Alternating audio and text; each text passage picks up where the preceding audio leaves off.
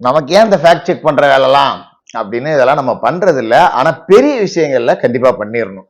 ஏன்னா இது தேவையில்லாத வதந்திகள் இதை நோக்கி போயிட்டே இருக்குங்கிறதால நம்மளால முடிஞ்சதை ஃபேக்ட் செக் பண்ணி சொல்லிடணும். பிரிட்டோ நேத்து முழுக்க முழுக்க 2 நாளா சமூக வலைதளங்களை உலுக்கிய ஒரு பெயர். போதை மருந்து கடத்தலின் கிங் பின் பிரிட்டோ. ஆதவ் அர்ஜுனாவோட மனைவியோட தாய் மாமன், லீமா ரோஸோட சொந்த தம்பி, எப்படி வேணாலும் எடுத்துக்கலாம். ஆனா இந்த பிரிட்டோ விஜய் அவர்களோட உறவினர், விஜய் அவர்களோட ரொம்ப நெருக்கமான உறவுக்காரர். அதாவது மாஸ்டர் படத்தோட ப்ரொடியூசரே இவர் தான் அப்படின்னு சொல்லிட்டு நேற்று முழுக்க முழுக்க முழுக்க சமூக வலைதளங்கள்ல வதந்தி பரப்பப்பட்டுச்சு. அதோட உண்மை என்ன, யார் இந்த பிரிட்டோ அப்படிங்கிறத நாம ஆய்வு செஞ்சதுல கிடைச்ச தகவல். இந்த போட்டோவை பாருங்க. அதாவது இந்த போதை மருந்து கடத்தல்ல கிங் பின்னா இருந்த பிரிட்டோ அப்படிங்கிறவர் தான் முதல் படத்துல இருக்கிறவரு. இவர் தான் லீமா ரோஸோட சகோதரர். இவன் தான் இந்த போதை மருந்து கடத்தல் கும்பலுக்கே பெரிய தலைவன்.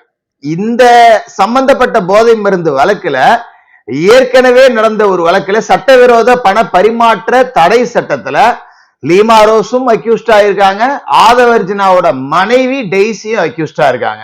இவங்க எல்லாமே நம்ம அதுல இருந்து வெளிவரணும் அப்படிங்கிறதுக்காக வெளிநாடு போகிறதுக்கு பாஸ்போர்ட் எல்லாம் திரும்ப ஒப்படைக்கிறதுக்காக போட்ட மனு கூட இருக்கு. அதுதான் அந்த முதல் நபர்.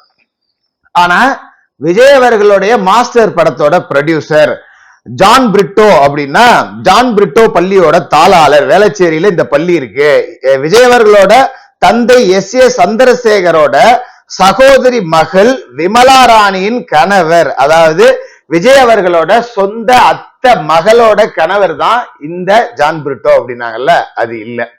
அதான் அந்த மாஸ்டர் பட ப்ரொடியூசர். அவர் யாரு அப்படின்னா, இந்த 2வது படத்துல கோட் ஷூட்டோட இருக்காருல்ல, இவர் தான் விஜய் அவர்களோட சொந்த அத்தை மகள் விமலா ராணியோட கணவர். கிட்டத்தட்ட விஜய் அவர்களுக்கு சகல முறையா கூட இவரை நம்ம எடுத்துக்கலாம். இவர் தான் மாஸ்டர் படத்துக்கும் ப்ரொடியூசர். இந்த பிரிட்டோ வேற, இந்த பிரிட்டோ வேற. 2 பேத்தையும் போட்டு குழப்பிக்கிட்டு இதுக்குள்ள போகாதீர்கள் அப்படிங்கிறத முன் வச்சுக்கிட்டு